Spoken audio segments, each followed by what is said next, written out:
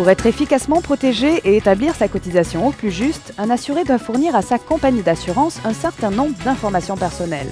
Ces informations sont capitales car elles définissent l'ampleur des risques assurés. En cas de fausse déclaration, l'assuré peut être exposé à de graves sanctions.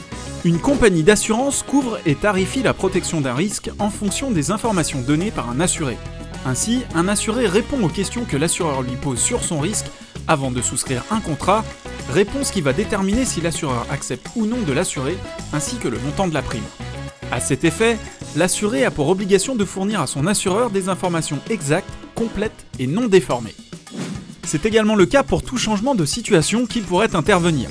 Il doit impérativement le déclarer à son assureur car cela peut faire évoluer ou complètement modifier le risque couvert à la base par le contrat.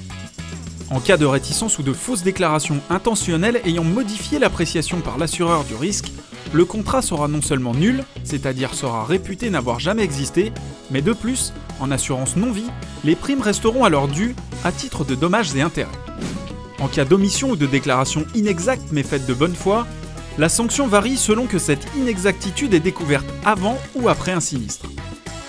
Si cette inexactitude est découverte avant un sinistre, l'assureur pourra soit résilier le contrat, soit le maintenir moyennant une augmentation de prime acceptée par l'assuré. Si elle est découverte après un sinistre, l'indemnité sera réduite proportionnellement au montant de la prime qui aurait été fixée si les risques avaient été complètement et exactement déclarés.